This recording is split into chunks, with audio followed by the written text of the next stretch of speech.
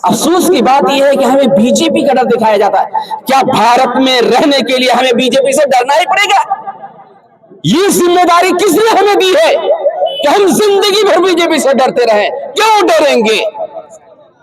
वो मुसलमान जो अंग्रेजों के सामने चट्टान बनकर खड़े होने वाले, अंग्रेजों को धूल चटाने वाले, अंग्रेजों की नींद खराब करने वाले मुसलमान, अगर देश में मुसलमान ना होते, अंग्रेजों से देश आजाद ना होता, आज किस किस से डर रहे हैं? किस किस से डर रहे हैं? इस वजह से अल्लाह के बंदो, डरने की कोई जरूरत नहीं है। देश में हमें शांति लाना है, और शांति और इल्म और शिक्षा का अगर बोलबाला अगर देश में चाहते हैं तो हमें बैरिस्टर असदुद्दीन ओवैसी साहब को मजबूत करना है। अगर वो मजबूत होंगे, हम मजबूत होंगे। एक सवाल या दो सवाल करके का जवाब दे करके मैं अपनी बात को खत्म करना चाहता हूं। बहुत सारे भाई 3-4 दिन के अंदर मुझसे ही सवाल किया गया, बैरिस्टर असदुद्दीन ओवैसी 10 सीट जीत करके क्या करेंगे? 10-15 सीट जीत करके क्या करेंगे? मैं कहता हूं, क्या नहीं कर सकते? क्या नहीं कर सकते? बैरिस्टर असदुद्दीन ओवैसी लाखों पे भारी है, लाखों पे। उनका एक नेता हजारों पे भारी होगा। एक नेता, आप दूसरे मत समझ रहे हैं, बैरिस्टर असदुद्दीन ओवैसी साहब लाखों करोड़ों पे भारी है। अभी उनके पास नेताओं की कमी है। पूरे हिंदुस्तान में धूम मची हुई है बैरिस्टर असदुद्दीन ओवैसी की।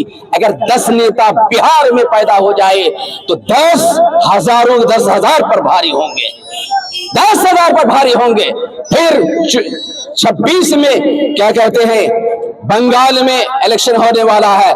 बंगाल वाले समझेंगे, अरे बिहारियों ने 10-15 नेता दे दिया ओवैसी साहब को, बंगाल में भी खेला होना चाहिए। अगर बंगाल वाले ठान ले कि हाँ खेला होगे, वहां पे भी 10-15 नेता निकल सकते हैं। 27 में यूपी में इलेक्शन होने वाला है। वो लोग भी समझे बिहारी, जिसको हम लोग क्या ना क्या समझ रहे थे, उन्होंने ओवैसी साहब को 10-15 नेता दे दिया, हम क्यों नहीं दे सकते?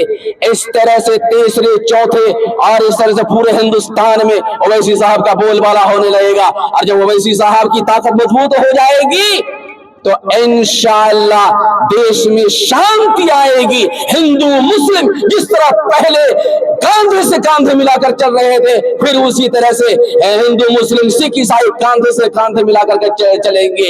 हिंदू जब देखेंगे मुसलमान को, कहेंगे हमारे भाई साहब हैं। मुसलमान जब देखेंगे हिंदू भाई को, हमारे भाई साहब हैं। वरना देख लीजिए आप हैदराबाद में देख लीजिए, हमारे हिंदू भाई भी अगर हैदराबाद में जाते हैं, वो भी जो है खुश होकर के आते हैं। तो हम इस बिहार को भी हैदराबाद जैसा बनाना चाहते हैं। बस मैं अपनी बात को खत्म करना चाहता हूं एक सवाल का जवाब दे करके।